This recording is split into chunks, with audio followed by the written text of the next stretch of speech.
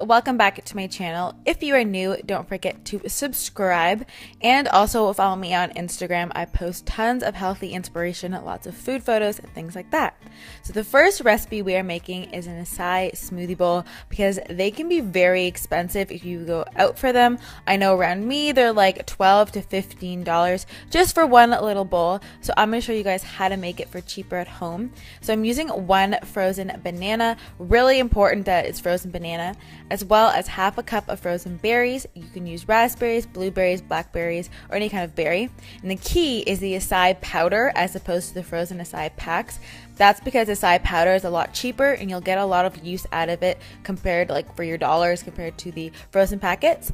And then I'm putting in 1/4 cup of almond milk, and it's important to keep the liquids to a minimum so that you get this nice thick and creamy acai bowl and it's not like too thin and then all your toppings will just sink into it. So blend that up until you get a nice thick color. The more banana you use, the lighter the acai color will be. So if you want one of those darker ones, just use less banana and more darker colored berries like raspberries, blueberries, strawberries, and all that. And then I'm just topping it with some banana and some strawberry. And the price breakdown for each ingredient will be in the description box in case you guys want to see and how I priced everything out and things like that. And then I'm also putting on some hemp hearts. These are great. They got omega-3s and healthy fats, as well as a spoonful of peanut butter. It just tastes amazing and it also has great healthy fats. So I made this whole bowl with all the ingredients and the toppings for $2.49, which is really affordable. Oh, and I added in a 1/4 cup of granola as well, but it's a super affordable way to make acai bowls at home. Next up, we're making this roasted cauliflower salad. This is so yummy and rich and creamy. It reminds me of a lot of those salads you can get at Whole Foods or those like really fancy like salad places. So I'm using some cauliflower and I'm going to be cutting that up into larger chunks. And then I'm going to be putting that onto a greased baking sheet and I'm going to bake that at 400 degrees for about 20 minutes. But I'm going to also salt it with some salt, obviously, and a little drizzle of olive oil. And I assume in these recipes you have things like salt and olive oil, so I don't include that in the price. And also using some chickpeas to add to the salad, and again a drizzle of olive oil and a little sprinkling of paprika to give them a bit of flavor. And then while those are in the oven roasting, I am going to be cutting up some kale, and I am roasting it, I don't know if I said that, but 350 for like 30 minutes. And I'm going to chop up some kale while that's in there and use some lemon, which will help break down the kale and make it not as bitter. And I like using kale in this recipe because it has a lot more nutrients and it's a lot more nutrient dense than lighter colored leaves. But if you prefer, I think the next best thing would be spinach. Spinach also has a high nutrient content.